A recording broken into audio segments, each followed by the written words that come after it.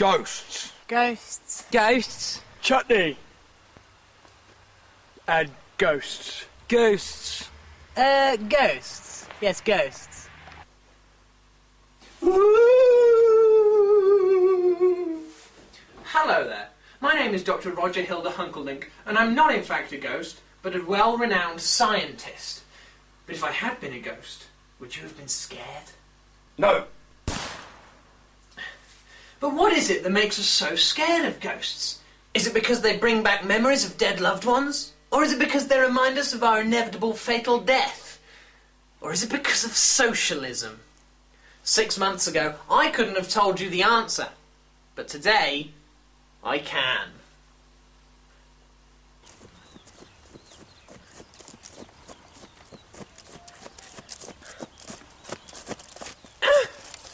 Right. Now, to find out why we're so afraid of ghosts, I'm going to need to use some complicated and intricate way to contact the other side. And to do this, I'm going to use Ouija Twister. Now, Nancy Wang was supposed to be assisting me with this Ouija Twister today, but unfortunately she's been called away to an emergency séance in Aberystwyth. So, as per usual, I'm going to have to do it by myself. Now, according to the Ouija Twister instruction manual, the next thing I need to do is sacrifice a virgin. Now, in fact, I've already done that, and that's what you saw me running back from just a minute ago. The next thing I must do is step onto the mat and invite the spirits to come on me. Spirits! Enter me!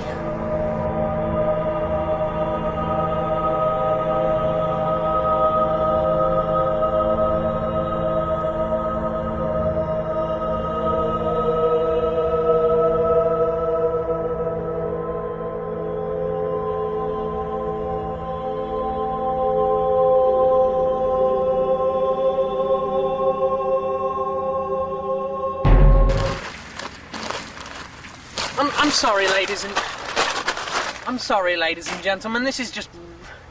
I mean, I was told it was an inexact science, but sociology is an inexact science. This is just rubbish. I'm going to have to find other ways of continuing with my investigation. With my shoes.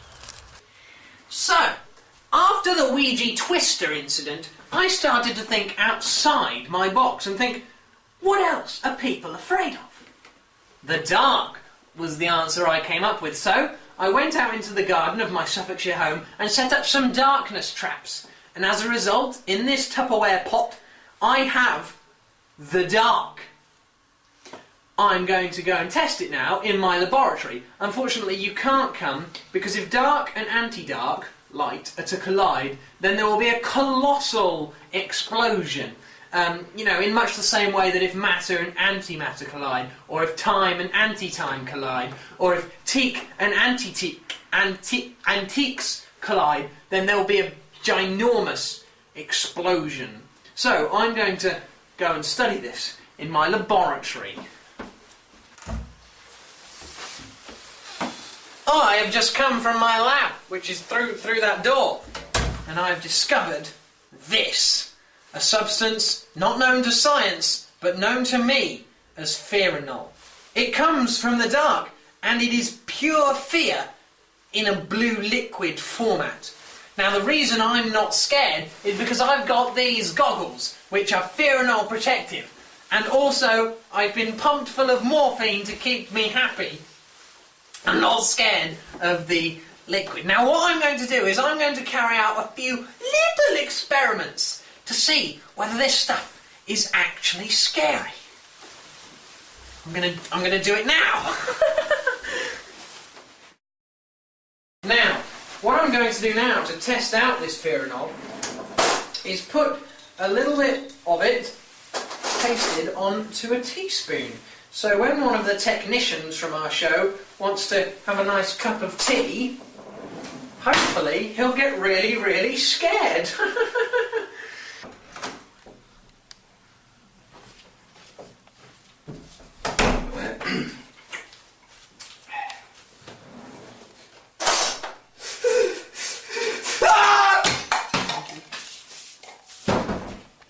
That worked a treat. Let's try it again. These are our technician's shoes. Let's cover them in fearinol and see what happens.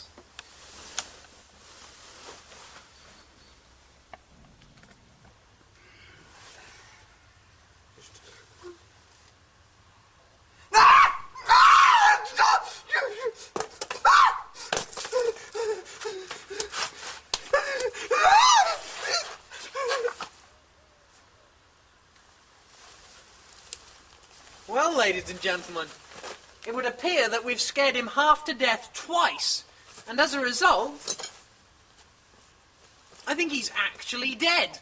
That means that fearinol is the stuff in darkness that makes you so scared of it. And whilst I'm going to have a lot of paperwork to fill in about this demise, I don't care, because this is a genuine scientific discovery, and I'm very, very excited. Can someone move him? Thanks. I was having trouble finding an antidote to the fearinol, so I thought I'd have a little rest and have a little bowl of cornflakes, when an amazing thing happened. As I poured the milk, it was repelled back into the bottle by the fearinol, meaning that milk and fearinol are mutually repellent. Now, I've got some milk here, and what I'm going to do is I'm going to pour some in, then hold the fearinol near it, and watch as the milk goes back into the bottle. So, if I gently and slowly pour the milk into the glass... Look! It's repelling! The fearinol is repelling the milk! Wasn't that amazing? And, well, that just means that milk is the antidote to fearinol. And that explains so many mysteries of life, such as, you know, why do you have a glass of milk before you go to bed? It's so you're less scared of the dark. And how come milkmen can deliver milk in such dark hours of the morning? Milk! They're not scared of the dark. This is brilliant. My theory is, then, that milk will make you not scared of ghosts. And to test it out, I'm going to do a once-in-a-lifetime experiment.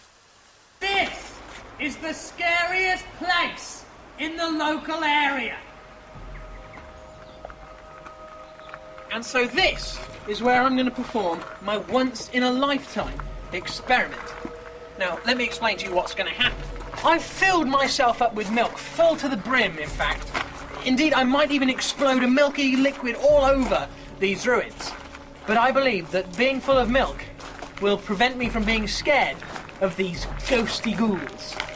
But just in case this doesn't work, I've brought with me Vladimir Gosarov from Russia, or the Soviet Union, to help me in case something goes wrong. Now, Vladimir, you're the top ghost queller around. Tell me about your weapon. Point the weapon at the ghost, and you retract your hips, and as you drive forward towards the ghost is repulsed by the sheer power of the thrust. I see, that's excellent. Now, you and me are going to go and do a bit of ghost hunting, and we're just going to get ready, and we'll see you in a bit. Come on, Vladimir. Do you know what I'm meant to be sensing or feeling at this point of the ghost hunt? No. Thanks.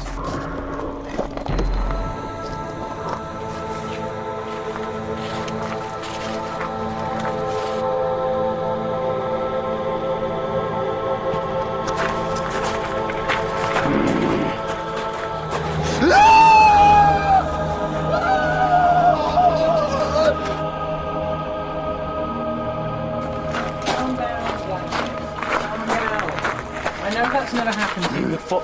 Oh, hello. I'm not scared. This is fantastic. I'm not scared of you. This is fantastic. I win. I have proven that milk makes you unafraid of ghosts. And that, my friends, is Dr. Roger Hilda-Hunkledink saying goodbye and thank you for joining me.